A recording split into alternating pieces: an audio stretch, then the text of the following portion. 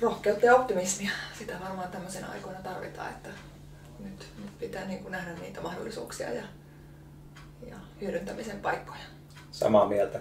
Ja onneksi niin kuin pääosa yrityksistä, joiden kanssa on keskustelu, niin onkin ihan rohkeita ja optimistisia tällä hetkellä. Tuntuu, että kun vaan ei lue sanomalehtiä tai katso uutisia, niin pysyy ihan hyvillä fiiliksillä. Just näin. Ja tietysti vaikeat ajat niin kun aiheuttaa sen, että joutuu niin kun aidosti miettimään, että missä pelissä haluaa olla mukana ja minkälaisia tuotteiden pitää olla, jotta ne vastaa asiakkaiden tarpeisiin. Et siinä monesti sitten huonot ajat pistää myös niin kun innovoimaan.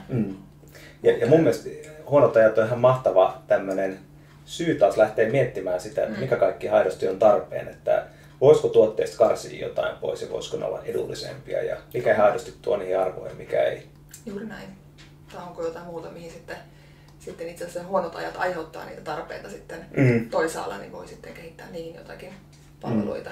No, kyllä ainakin niin kuin internet on muuttunut niin totaalisesti tämän maailman ja markkinat, mitkä sitten missä tässä eletään. Että se on kyllä tuonut semmoisen, ei nyt ehkä yllättävän boostin, mutta kuitenkin niin kuin ihan uudenlaisia mahdollisuuksia avannut sitä kautta myös sitten vienyt ehkä vanhoja mahdollisuuksia pois. Tuntuu siltä, että aika monet keskittyy tällä hetkellä myös siihen, että koitetaan vähän vähätellä teknologiaa tai taistellaan sitä vastaan.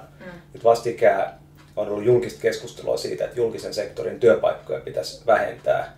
Niin jo riennettiin sanomaan, no, mutta esimerkiksi, että eihän lääkäriä voi digitalisoida. Mutta kyllähän se voi. Se kaikki on mahdollista tämmöinen, että niitä on jo olemassa tällä hetkellä.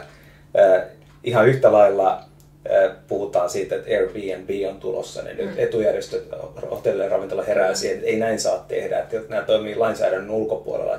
Sen sijaan, että koitetaan taistella vastaan, mikä ei onnistu, niin pitäisi miettiä siinä, että miten me käytetään niitä hyväksi ja miten me voidaan kilpailla. No, sanotaan vaikka suomalaiset hotellit, miten ne tarjoaa parempaa palvelua kuin Airbnbin kautta olevat majoituspaikat ja mieluummin pärjää sillä, kun koittaa taistella vastaan. Ulkopuolelta tuleva paine, niin pistää miettimään se uudenlaisia tapoja. Sehän on ihan älyttömän mielenkiintoista duunia, koittaa miettiä erilaisia palveluita ja sitä, että miten jotain arkipäiväisiä juttuja, mitä me tehdään nykyisin, miten niitä voisi toteuttaa uudella tavalla. Kyllä, juurikin näin.